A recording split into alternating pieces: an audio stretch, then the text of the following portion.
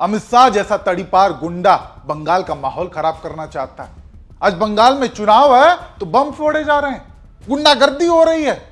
अमित शाह भूलना मत, बंगाल मुंह तोड़ जवाब देगा। Once a gunda, always a gunda. Mr. Murderer, Mr. Extortionist, Mr. Tadipar, we'd like to say one thing to you. यही नहीं, अमित शाह कान खोलकर सुन लो कि बंगाल जीतोगे नहीं, और अगर बांग्ला को टारगेट करोगे तो बंगाल दिखा देगा कि हमारी शक्ति कितनी है, हम कितने मजबूत हैं।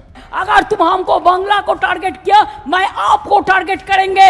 हम लोग बांग्ला वापस आने का बाद हम आपको दिखाएंगे हमारा शक्ति कितना है, हम कितना मजबूत है। ऐसे में अब आपके मन में सवाल आ रहे होंगे कि आखिरकार टीएमसी अमित शाह पर इतनी हमलावर क्यों है। तो इसकी वजह है अमित शाह द्वारा दिया गया बयान और उनके दावे। साथ ही साथ आज जिस तरीके से बंगाल चुनाव में मतदान के दौरान भिड़ंत की खबरें सामने आ रही है, ईवीएम खराब हो रहे हैं और तो और बम फूटने तक की खबरें आ रही हैं। इस खबर को देखिए, मुर्शिदाबाद में वोटिंग के दौरान फेंके गए देसी बम, कई वोटर घायल, दीघा में एक शख्स की मौत। जबकि वहीं सिलीगुड़ी से खबर आ रही है कि बीजेपी के कार्यकर्ता और टीएमसी के कार्यकर्ता आपस में भिड़ गए, जिसके बाद सिलीगुड़ी में भी माहौल तनावपूर्ण बना हुआ है। जबकि केंद्र सरकार की तैयारी देखें तो अमित शाह ने बंगाल में तकरीबन 3 लाख से ज्यादा जवान उतार रखे हैं, यानी हर 100 आदमी पर एक जवान। फिर भी ऐसी खबरें सामने आ रही हैं। बाकी कुछ जगहों से तो अभी ईवीएम खराब होने की भी खबरें सामने आई हैं। इस खबर को देखिए, बंगाल चुनाव में पहले चरण के लिए वोटिंग, ईवीएम खराबी के चलते कई जगहों पर बाधित रहा मतदान। मालदा में ईवीएम खराब, जिसके बाद टीएमसी पूरी तरीके से बीजेपी यानी केंद्र सरकार पर हमलावर है।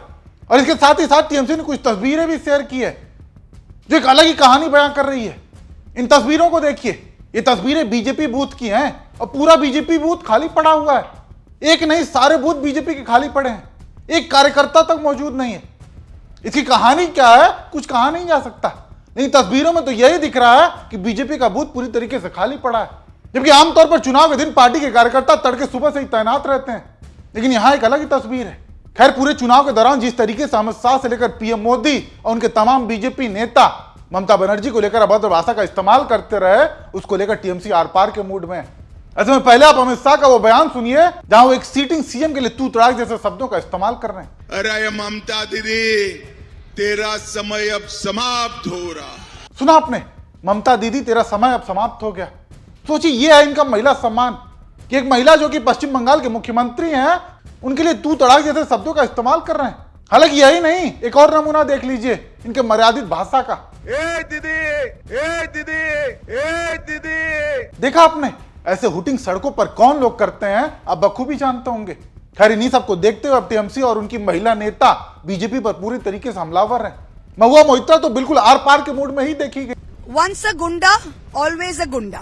That is the moral of the story. Today, the women of Bengal, the Nari Shakti of Bengal, all our mothers and sisters were aware of the sight and the sound of the not so honorable Home Minister of India, Amit Shah, at a public meeting. This is what he said to Mamta Banerjee. What did he say to Mamta Didi? He said, "Hey Mamta, kaan khol kar sun lo." So this language we last heard in 2021 from this Home Minister's, I would say, super boss Narendra Modi, when he had come here in 2021.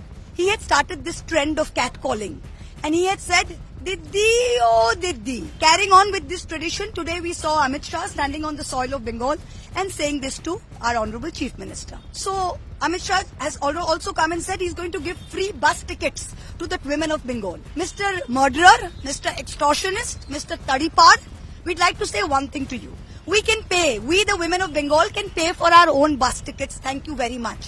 You are not the Home Minister of our country to arrange for free bus tickets. Your job as the Home Minister of the country is to look after our borders and to look after the internal security of this country. सुना आपने, महुआ मोइत्रा ने साफ शब्दों में चेतावनी दी है कि बंगाल ममता दीदी का अपमान बर्दाश्त नहीं करेगा, जवाब देगा, वो भी मुंह तोड़ जवाब। खैर, वहीं बात करें ममता बनर्जी की तो उन्होंने भी करारा जवाब दिया है, वो भी सुनिए। अगर तुम हमको बांग्ला को टारगेट किया, मैं आपको टारगेट करेंगे।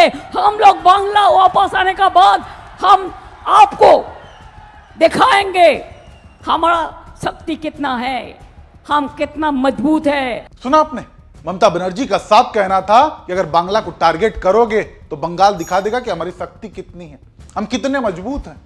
इसलिए बंगाल को हल्के में बिल्कुल भी मत लेना। ऐसे में बंगाल में वोट डाले जा रहे हैं, 23 अप्रैल को पहले चरण की वोटिंग और 29 अप्रैल को दूसरे चरण में वोट डालने जाने हैं और 4 मई को नतीजे, और इसके बाद ही साफ हो पाएगा कि बंगाल ने कितना जवाब दिया है। बाकी आप दर्शक बंगाल चुनाव को लेकर क्या सोचते हैं, किसकी सरकार बनने जा रही है, आपकी जो भी राय हो कमेंट करके जरूर बताएं।